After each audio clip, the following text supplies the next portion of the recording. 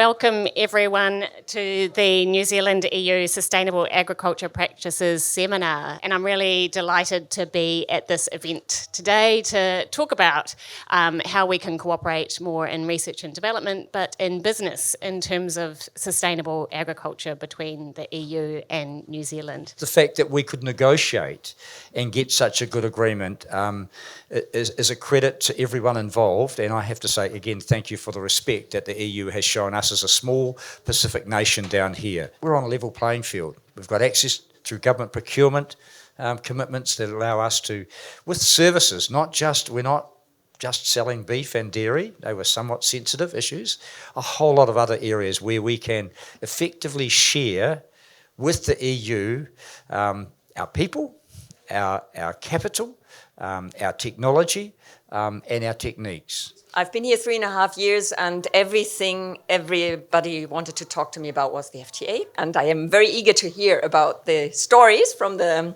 3 case studies. How these peat soils formed, it was in wetland systems, very low nutrient wetland systems, and it took thousands of years for these wetlands to draw down carbon dioxide from the atmosphere and lock that away as peat. So the overall goal of the Peatwise collaboration was to test mitigation methods to try and reduce the emissions of greenhouse gases from these soils while still allowing biomass production. I was able to travel to Europe twice during the 3 years of Peatwise and meet with my European colleagues and firsthand see some of the work that they've been doing up there. What are those mitigation options?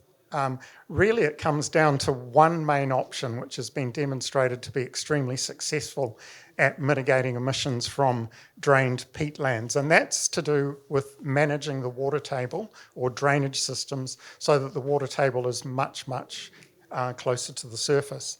We would agree that there is a huge benefit in the EU-NZ FTA for NZ arable. We're excited to build upon this with the EU's increasing reliance upon New Zealand seed. A bit about the arable sector at a glance.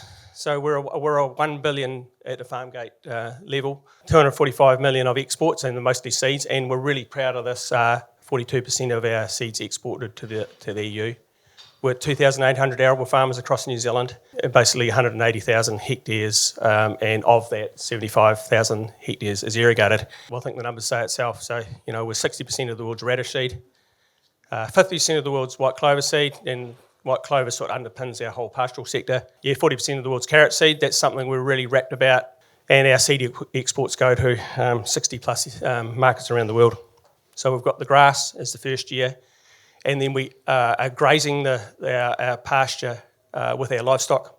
As Laura mentioned, we're developing a seed certification information system. It's about 4.5 million, and MPI have been a critical part of helping us get that up into place. We're a Dutch and Flemish-based cooperative working in animal genetics, and our business is spread around the world. And so without that support of the EU, we wouldn't see today the type of gains that we can have here in the marketplace that ably assist our farmers, our New Zealand farmers, to be what they are today. New Zealand has a huge resource in terms of its scientific community. And so our reason for bringing that research into New Zealand was purely based on that fact, that the discoveries that were made around, in this case, sexing semen, creating an X and Y, was led more capably here in New Zealand than we could do internationally. It's just really exciting to hear of the collaboration already underway in such crucial areas of food production. And where we have alignment, where we have those values, and we know that when we conduct research, when we do this work, then you can trust it. Thank you very much. Thank you, Wendy, and kia ora. Thank you everyone for coming.